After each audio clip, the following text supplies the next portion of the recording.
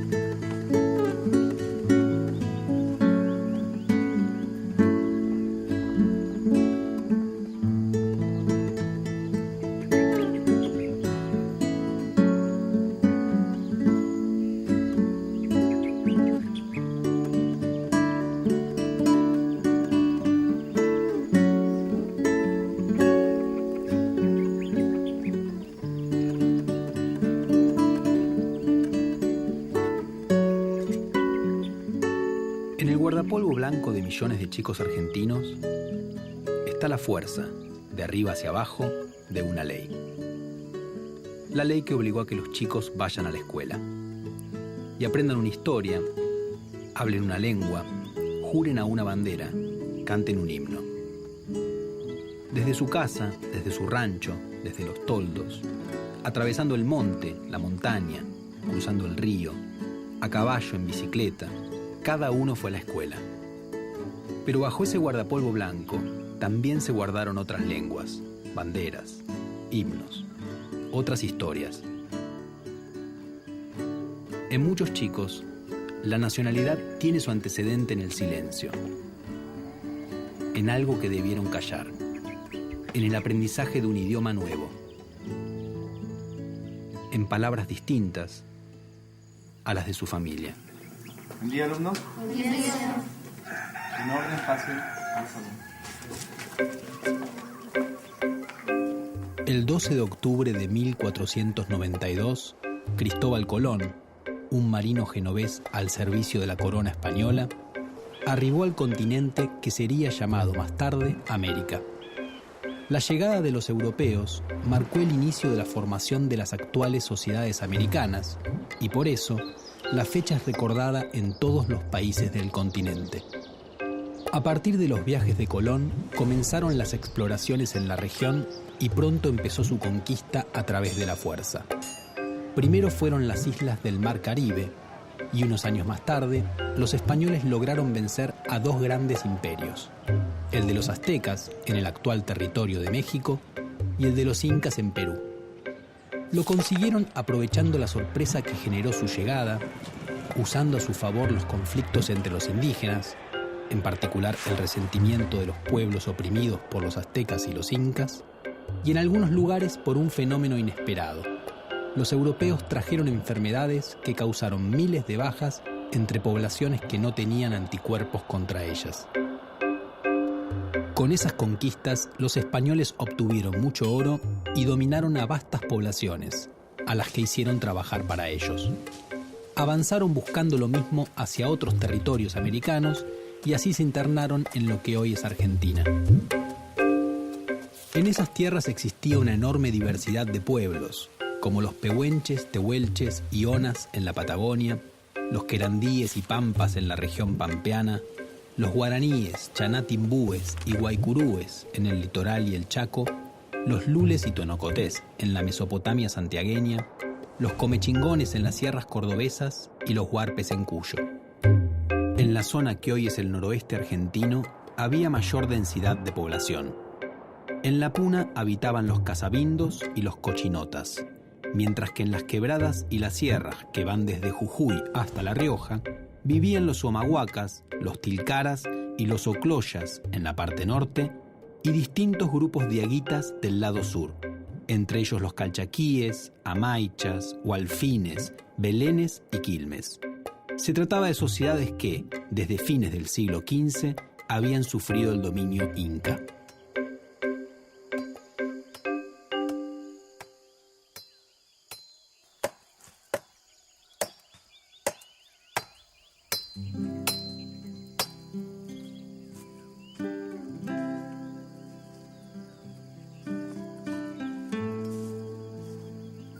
Ser wichí es simple nada más, porque wichí significa gente, es persona, ¿no? Es persona, humana. Y se transmite de una manera sencilla, oral, de los abuelos a los nietos. Siempre fue así, ¿no? El wichí creo que es esto, o sea, el padre educaba al hijo, ¿no? Y la madre a la hija. El wichí vive en el momento, ¿no? Como te dije, buscar ir al río y comer del día, ¿no? Vivir en el día, vivir en el momento, vivir en el presente.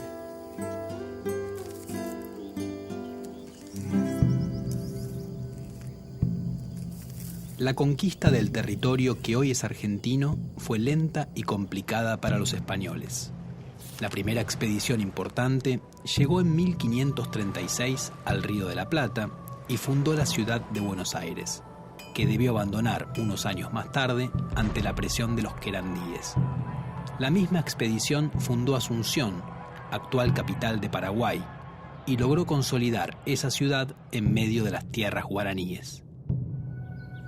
El noroeste de la actual Argentina, región a la que se llamó Tucumán, fue invadido a partir de 1543 por españoles que no habían obtenido lo que querían en la conquista del Perú, o que se habían tenido que ir de allí por enfrentamientos con otros españoles. Sus progresos en el Tucumán fueron lentos, porque encontraron una fuerte resistencia indígena y porque hubo conflictos entre los mismos españoles. Los conquistadores fueron apoyados por algunos grupos indígenas, a los que llamaron indios amigos. En general, los grupos nativos que anteriormente habían sido aliados de los incas colaboraron con los españoles y los ayudaron a combatir contra otras comunidades indígenas con las que ya venían luchando desde antes.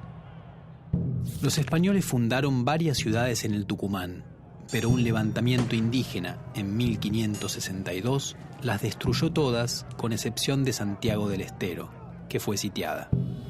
El levantamiento fue sofocado y en las décadas de 1570 y 1580 los españoles fundaron otras ciudades y consolidaron su poder sobre el litoral y el Tucumán.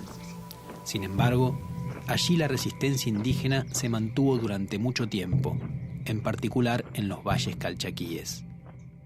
La resistencia nativa en los valles calchaquíes fue muy prolongada, ya que durante 130 años se resistieron al avance de la conquista y la colonización española, ¿sí? Hubo 3 grandes periodos de resistencia y de rebelión. El primero fue el liderado por el cacique Juan Calchaquí a finales del siglo XVI.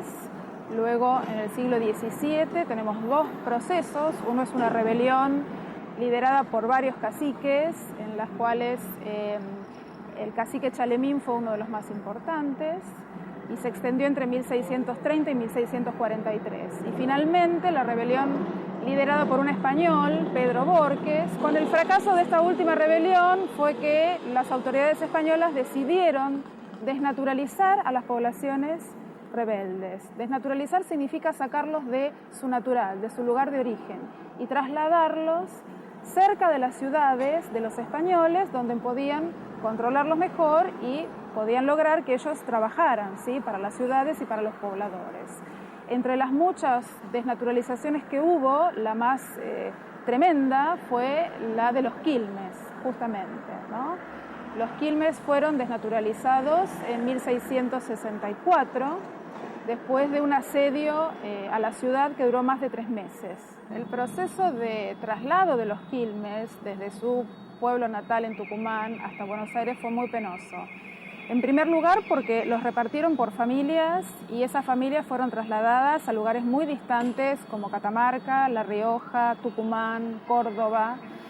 Y el resto de la población la llevan primero a Córdoba y después la trasladan recién a Buenos Aires. Y llegan unas 750 personas aproximadamente. No me toja, tojaje no me toja, no me 12 de octubre, ¿caché? 12, octubre, ¿no? Octubre.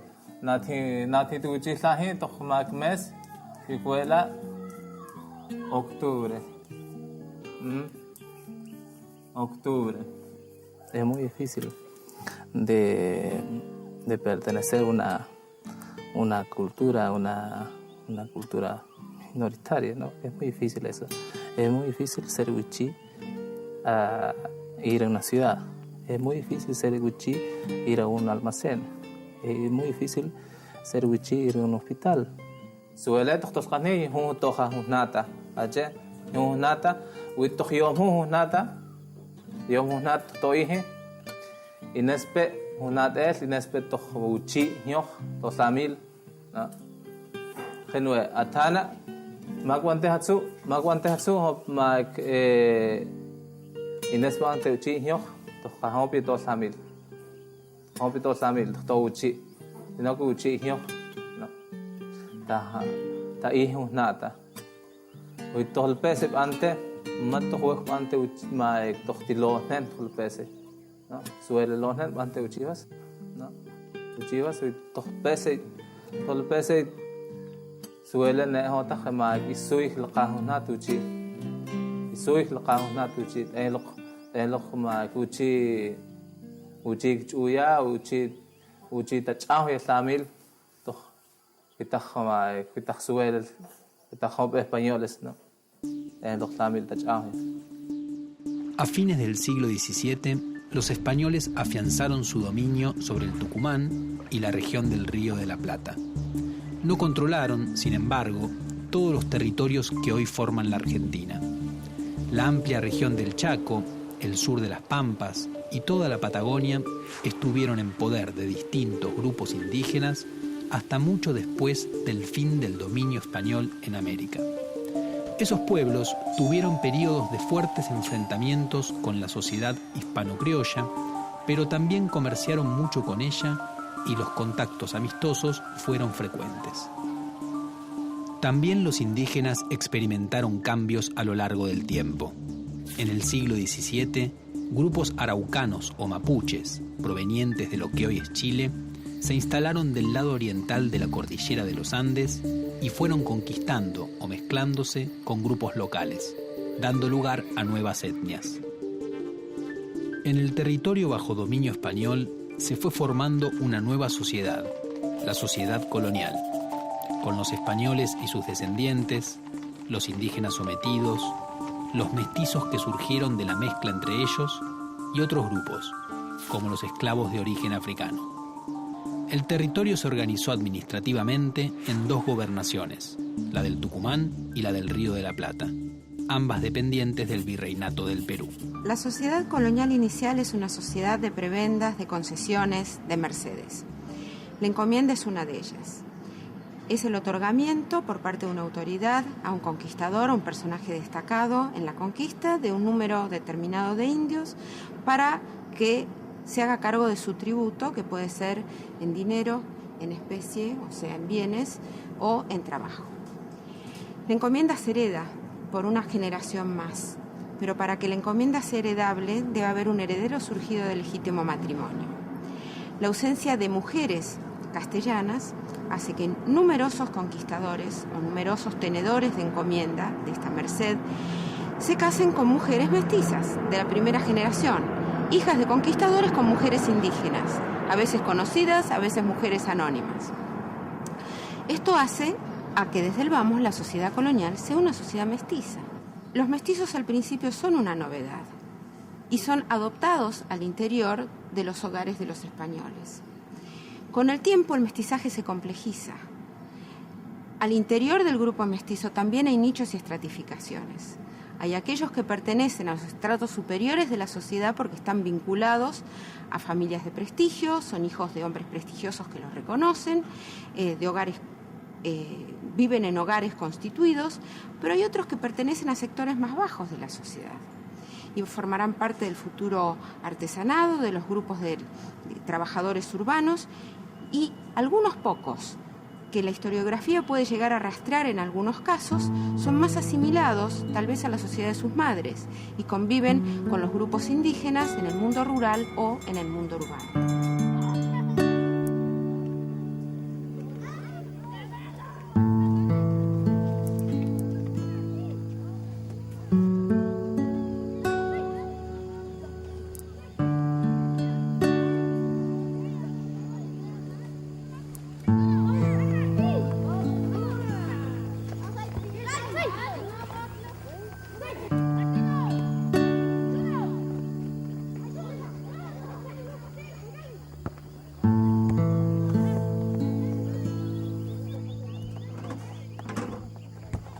Por ahí decimos nosotros, ¿a dónde comienza y termina la cultura del wichí?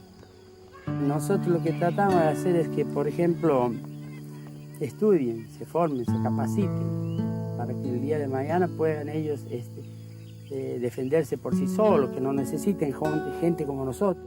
Entonces descubrimos que hay otras razas que existían en el mundo, ¿no es cierto? Y a partir de ese momento nos damos cuenta de que hay otras personas, de que hay otras, como hablamos siempre, identidad, ¿no? En los Tres Pozos, por ejemplo, tenemos una de las razas que habitan el territorio del Chaco, ¿no es cierto? Vemos entonces que en la parte de esta zona los wichí, pero también tenemos en Resistencia, por ejemplo, los tobas, y en la zona de Villa Ángela, por ejemplo, los mocoví. Cada una de esas razas son diferentes, con un idioma diferente, pero si vos hablas con ellos te van a decir, para nosotros es un día de luto, el 12 de octubre no existe. Como no existe muchas veces el hecho de cantar Aurora o de izar la bandera, para muchos aborígenes eso no representa nada. El wichí y el criollo, ¿qué parecido tienen? ¿Saben qué parecido tenemos nosotros? ¿Los wichí y los criollos?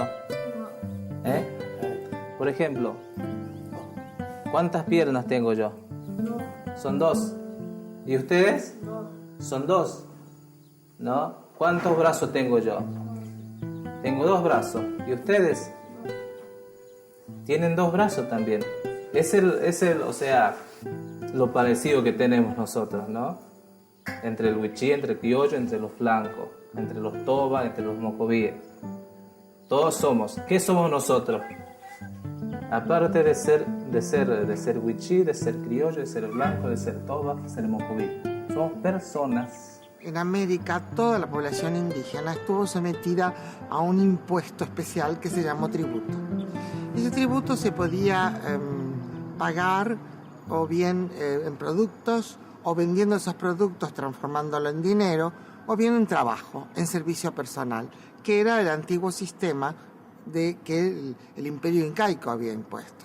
El tributo en dinero o en especies obliga a la comunidad a organizarse, un trabajo colectivo para producir en conjunto esos bienes que tienen que ser entregados al Estado o al encomendero.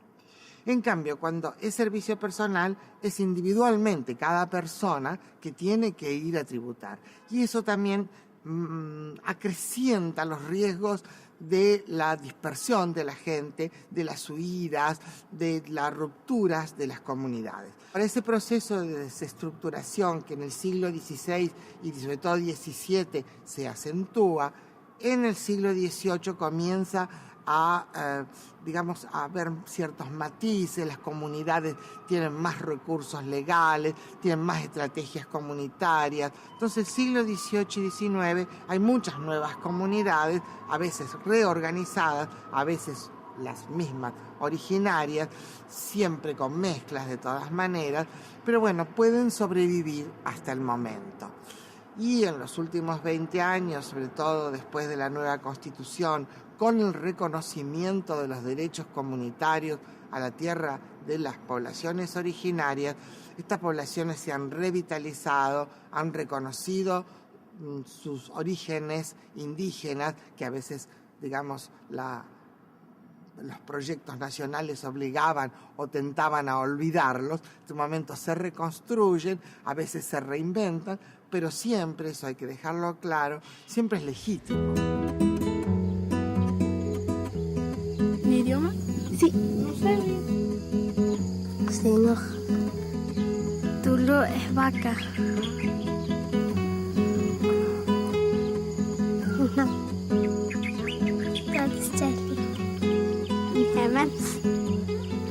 Hacemos casa, es que van por casa.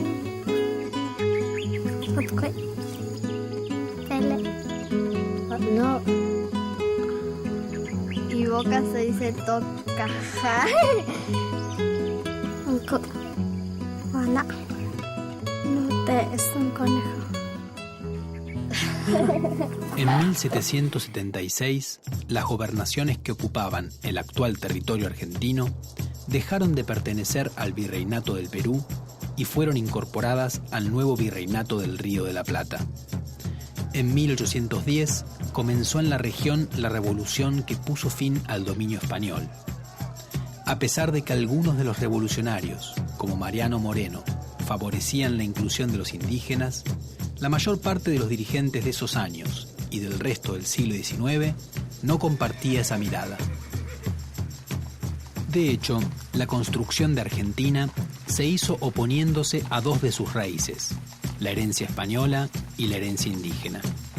La primera se suponía atrasada e inmóvil, a diferencia del ejemplo que las élites rioplatenses encontraban en Francia y en Inglaterra.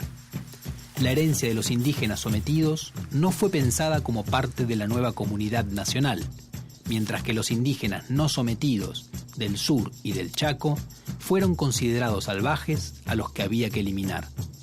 Si bien hubo algunas pocas figuras que propusieron integrar a esos grupos, se impuso la mirada bélica. En 1879, el Ejército Nacional reunió la suficiente fuerza como para lanzar una campaña contra los indígenas del sur, a los que derrotó en la llamada Conquista del Desierto.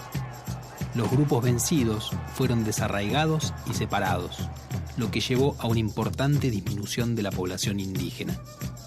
Algo similar ocurrió en 1884, cuando el ejército incorporó a la fuerza el territorio del Chaco a la Argentina.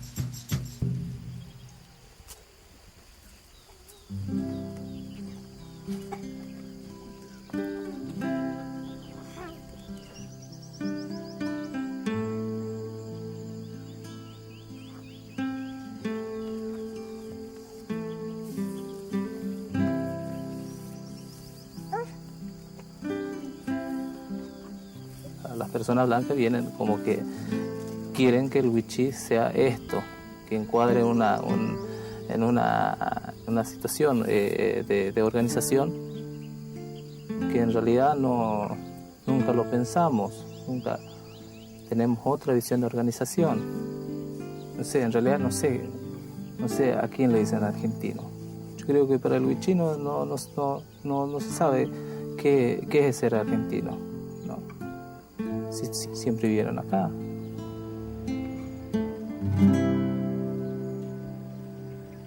Por ejemplo, los en la escuela Tojamaj. Piensa un poquito, Toltoche. Toltoche, los escuela. Ahí chimacos uno y hanej. Ajopie dentro de una educación. No, participación todo en la escuela. O sea, Tam tak sayon tu so jaan.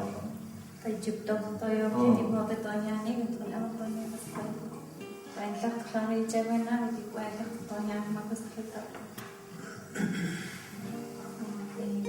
Y po tai chevena ma to. También a ellos les conviene que todos la metían en todo is. Mo te voy to. Lo metí lo ne antes chip. También la chevena ni to. También chevena to.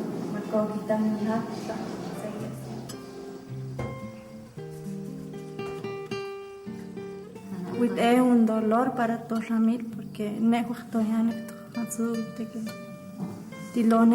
todo y cuando llega ese día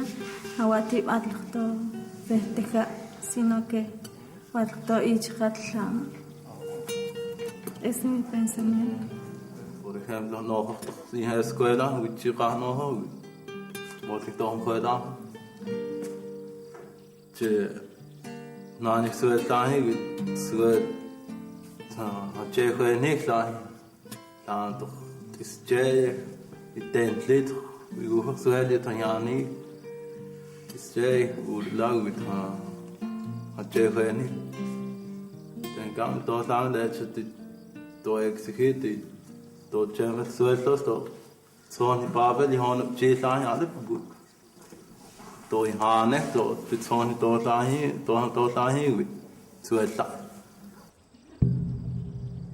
La negación de la importancia del componente indígena en la configuración de la sociedad argentina se hizo corriente y fue parte de su ideario colectivo hasta hace muy pocos años.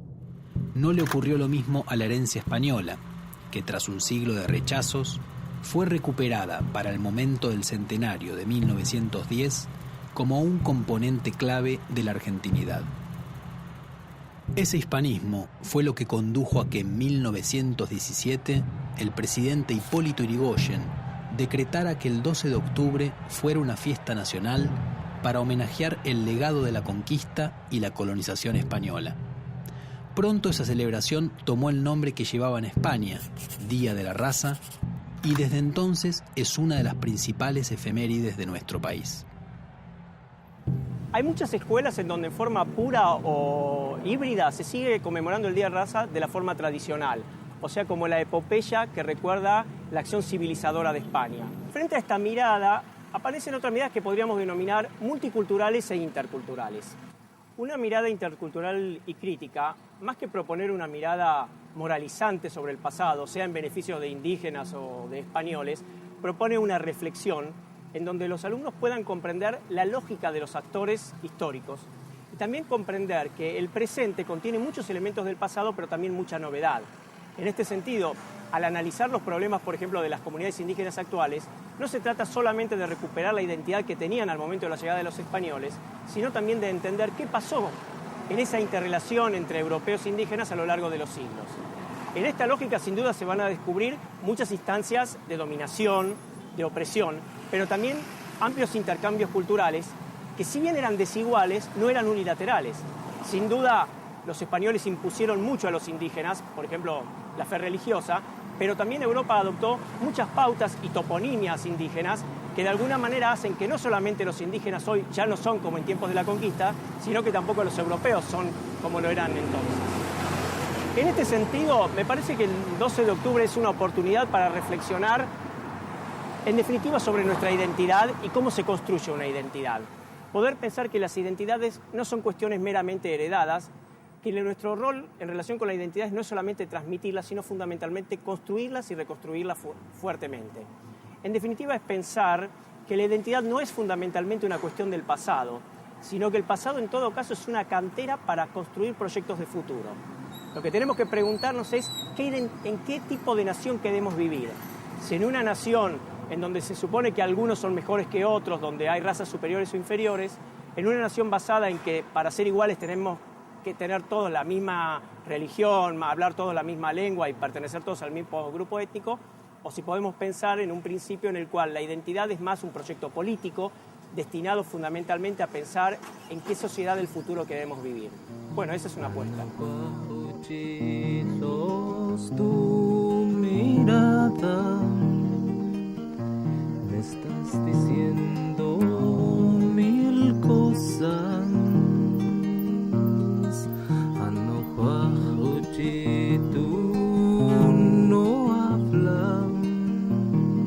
Llamar pueblos originarios a quienes antes se denominó indios no cambia su realidad automáticamente. Indios fueron llamados en el largo proceso de su conquista y hoy, más amablemente, son llamados originarios. Pero en ese cambio de palabras hay una migración de ideas que llevará su tiempo. Nuestra nacionalidad supo negar a esos pueblos preexistentes. Y eso significó su silencio, guardar una lengua, callar una historia familiar, preservar en secreto su propio origen étnico. Las leyes cambian, las palabras también. Hoy ponemos el oído en ese silencio antiguo, resistente, defensivo. Quizás hay que esperar y seguir esperando para un verdadero encuentro cultural. Quizás haya que hacer un poco de silencio también.